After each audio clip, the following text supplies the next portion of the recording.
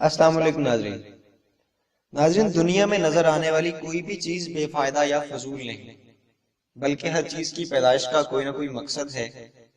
اللہ رب العزت نے ہمیں انسان بنایا اور ہماری بھی پیدائش کا ایک مقصد رکھا۔ اب اس دنیا میں آ کر اگر ہم غور کریں تو روایات میں آتا ہے کہ لگ بھگ 18,000 مخلوقات ہیں، جن میں صرف 2 مخلوقات ایسی ہیں کہ جن کا محاسبہ کیا جائے گا، جن کا حساب لیا جائے گا۔ ان 2 مخلوقات میں ایک انسان شامل ہے اور دوسرے جنات شامل ہیں۔ ناظرین، اللہ رب العزت نے ہمیں اشرف المخلوقات بنایا۔ اللہ ہم سے قرآن میں 3 سوال پوچھتا ہے۔ اللہ فرماتے ہیں ام خلقوا من غیر الشیء، کیا تم کسی بنانے والے کے بغیر بنے ہو؟ کیا یہ زمین و آسمان خود سے کھڑے ہو گئے؟ کیا یہ پرندے خود ہی چہچہانے لگے؟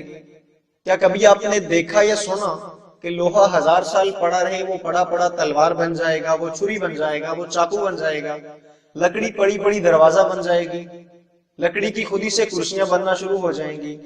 تو جب ایک بے جان چیز خود سے نہیں بن سکتی تو کائنات کا سب سے بڑا شاہکار جسے ہم انسان کہتے ہیں، یہ خود سے کیسے بن سکتا ہے؟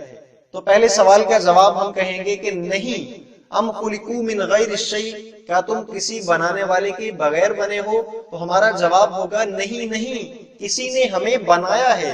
دوسرا سوال اللہ پوچھتے ہیں ام خلق السماوات والارض، کیا زمین و آسمان کی تخلیق کرنے والے تم ہو؟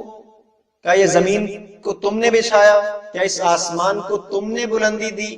اگر زمین ہم نے بنائی اور یہ آسمان کی بلندیوں پر آسمان کو ہم نے پہنچایا، تو پھر اللہ کی طرف سے یہ اعلان ہے کہ اگر تم کسی بنانے والے کے بغیر بنے ہو اور یہ زمین اور آسمان تم نے بنایا ہے تو جاؤ جو مرضی کرو، تمہاری مرضی۔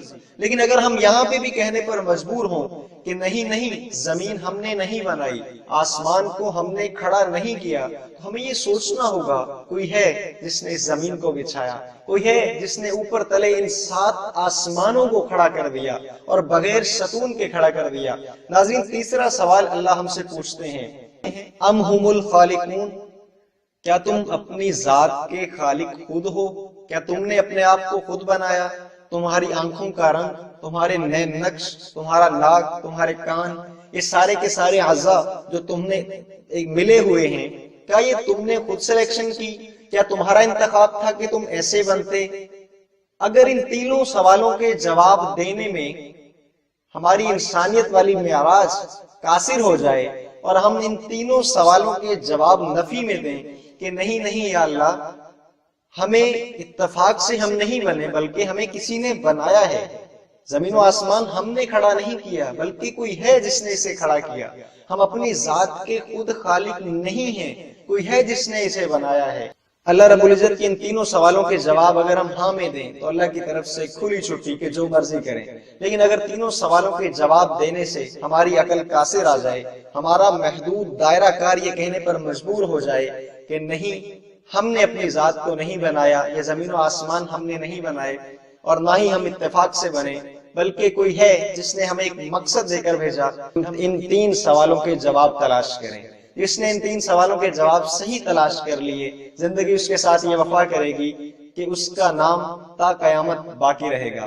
آج کے اس سبق کے ساتھ کہ ہم اپنی زندگی کو بامقصد بنائیں اور جس نے اس دنیا میں بھیجا ہے اسے پہچانیں، اسے ڈھونڈیں، یہی زندگی کی معراج ہے اور یہی ہمارا مقصد ہے۔ اپنا بہت سارا خیال رکھیے گا، آسانیاں بانٹیں اور آسانیاں بانٹنے کی تلقین کرتے رہیں۔ اپنا خیال رکھیے گا، دعاؤں میں یاد رکھیے گا۔ السلام علیکم ورحمۃ اللہ وبرکاتہ۔